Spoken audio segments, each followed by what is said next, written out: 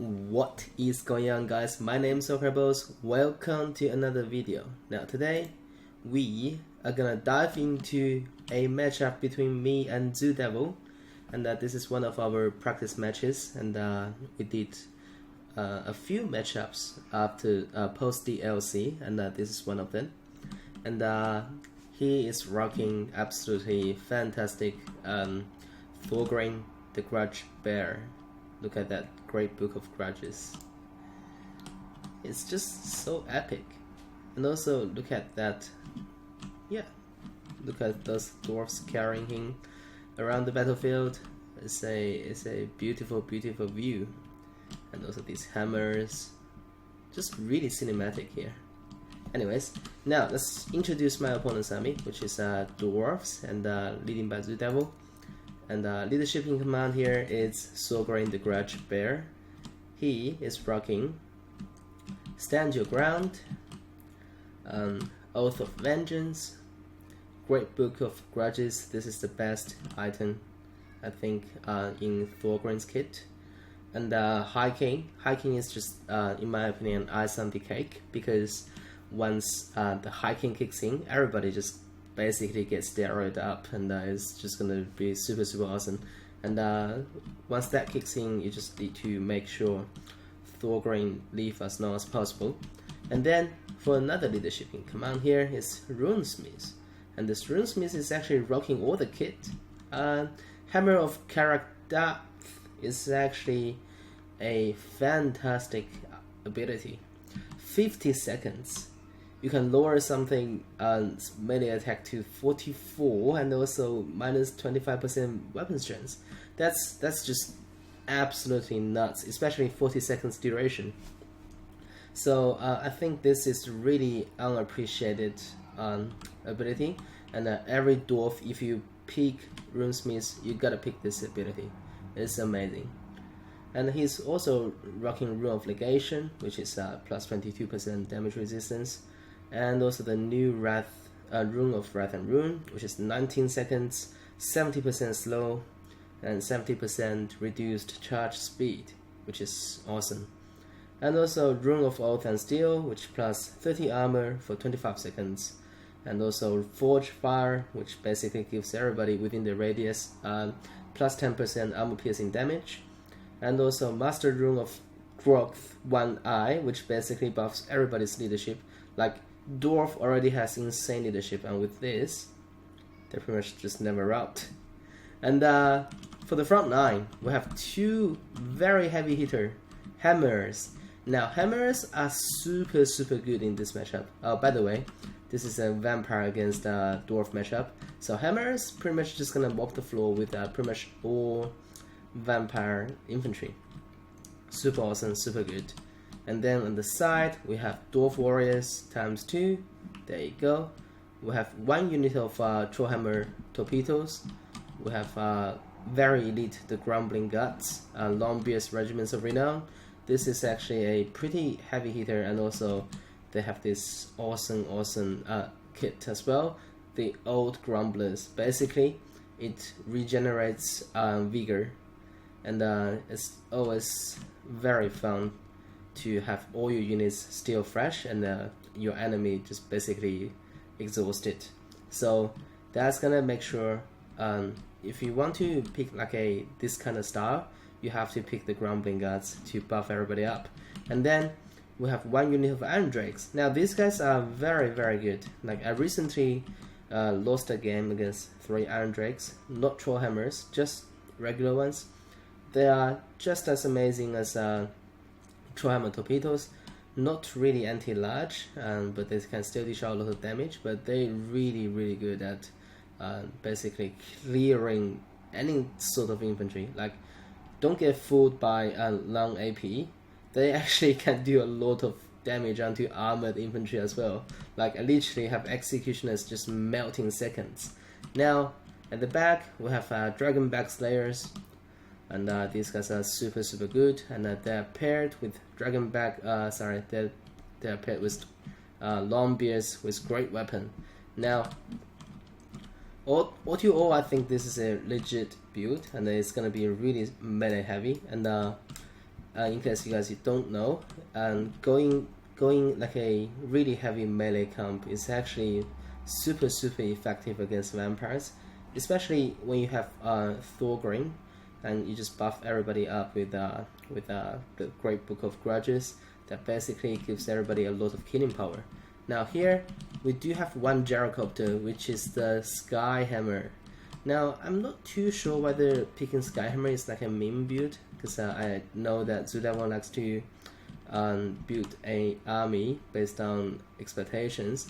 So his recent expectation is that he's gonna fill all the units on Dwarf roster in at least one, like basically in all his build. So across all his builds, he's gonna include every single unit on Dwarf roster. So I guess he decided to fill Skyhammer in against Vampire build. Without further ado, let's introduce my army. It took a while to introduce the army because I really like that. So my army, I have one Varghulf, one Mortis Engine, a Blood Dragon Vampire Lord, and a Zombie Dragon, of course. He's rocking the Heart Piercing Hammer, Helm of Discord. I always have enough while I say that, because Helm of Discord is like the communication app everybody's using.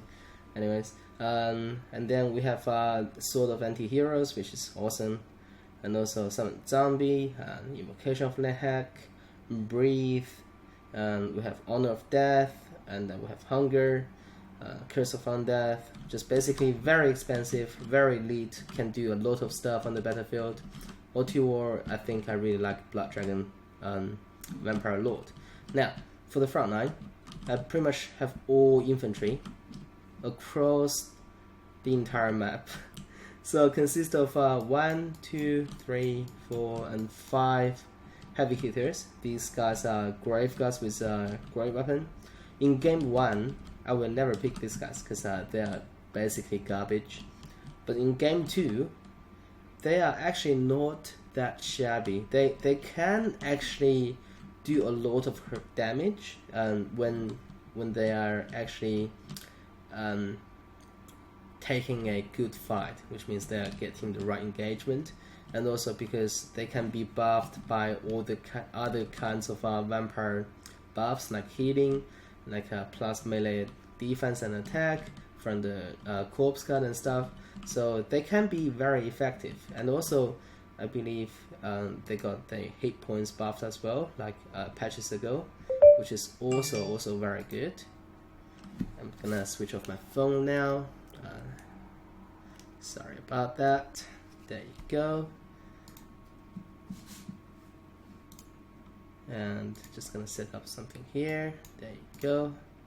That was very unprofessional. Sorry. And for the front line, we just have zombies 1, 2, 3, 4, and also skeletons 1, 2, 3, 4, and 5. So it's lots of zombies, lots of skeletons, lots of grave guards with great weapon, and we have 3 SEMs. Now let's see how this battle is gonna end. It's not gonna end, it's gonna play out. Alright. So basically, I deployed really awkward once again, because when your opponent deploys something like this on one side of the battlefield, if you deploy really wide, which means basically all these troops gonna come in really late. So you just gotta be really patient about these guys, because you don't really want to rush them in and die before all of these actually made into the fight. Like I have been really impatient in the past, and I really suffered a lot as well because of my impatience. Now that was a very impatient play. I actually want to test the breathe onto the Skyhammer, which just basically got dodged completely, and just absolutely a failure. And here, Skyhammer is trying to get some damage onto my Varghulf and the Mortis Engine. There you go, onto the Mortis Engine. Actually can do a lot of damage, because Skyhammer has like insane missile damage, as you can see here. Like just absolutely nuts. 1,300 something, which is crazy. Alright. So basically here I'm just trying to dodge the shots from Skyhammer, because there's pretty much nothing I can do, because Blood Dragon Vampire Lord actually doesn't have access to death magic, so which means I can't really Spirit Leech. Otherwise, if I brought Manfred, actually Spirit Leech would be super awesome here, because it's gonna do a lot of damage onto Skyhammer. But right now, there's pretty much nothing I can do. And there you go, I'm just trying to dodge a little bit, and Skyhammer is actually already used a lot of ammunition, and just basically barely touched my ICMs. So I'm not too sure whether it's like a viable pick when you try to do a lot of damage onto ICMs. Anyways, those Iron Drakes actually fired 1 volley into my zombies. Look at the damage. Already killed pretty much 1/5 of that zombie unit. Now this time, I've just been really patient, because I don't really want to rush in and die. So I just basically wait, but I think my impatience is going to kick in. There you go. I'm still not impatient. I'm still not patient enough, because I'm just going to slow down things here, because these guys are almost here, but the ideal situation would be wait for these guys to attack here and evolve into the rear before I actually dive into the front. But once again, I am known for my impatience, and basically I just want to dive in straight away, and that's exactly what I did. And I actually rushed in Blood Dragon Vampire Lord, which is a very questionable move, because those Troll Hammers that can actually dish out a lot of damage, but it was kind of calculated, because as you can see here, these guys are still kind of repositioning, which means they're not really in a good situation to fire into my Blood Dragon Vampire Lord.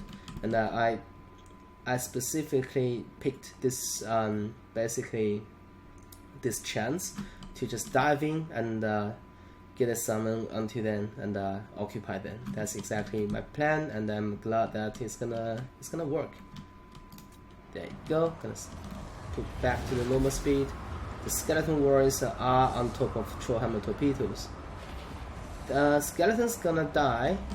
Watch here. I'm gonna do like a breathe spell, but again it failed really awkwardly. And I would like to comment that fire your breath directly on top of an infantry is really awkward, and it's not going to do much damage. And that breath actually killed more skeletons than Trollhammers. A better call would be, because I was sitting here on the air here, so a better call would be fire that breath into these grumbling guys on sideways. That's going to do a lot of hurt. And here, Blood Dragon Vampire Lord actually popped all his kit and just engaged those Trollhammers. But I'm not too sure, because I'm kinda underestimated those Iron Drakes damage. As you can see, they can actually also do a lot of damage. Together with Skyhammer, my Blood Dragon Vampire Lord is actually in a very awkward situation here, because he got casted the Hammer of Karak on, and which means he's not going to do any damage. It's down to 8 melee attack, and also there's going to be like a Rune of Wrath and Rune onto him, so basically he's not going to get away, and he's in a very dicey situation here. But the front line has already engaged, which is nice. My Graveguard's Great Weapon is pushing in 1 and 2, and also I have stuff involving onto the flank as well. But here, the Rune of Wrath and also the Hammer of Karak all casted onto my Blood Dragon Vampire Lord, and he's in a world of trouble. He really needs to pull out straight away. And here, the Runesmith actually casted the Rune Negation as well, buffing absolutely everybody, which is nice. And here I casted another zombie unit onto the Trollhammers, just basically keep them occupied. And here, Wargulf is actually rushing in, which is nice. And now it's time to get rid of the Skyhammer. There you go. Blood Dragon Vampire is coming back in again.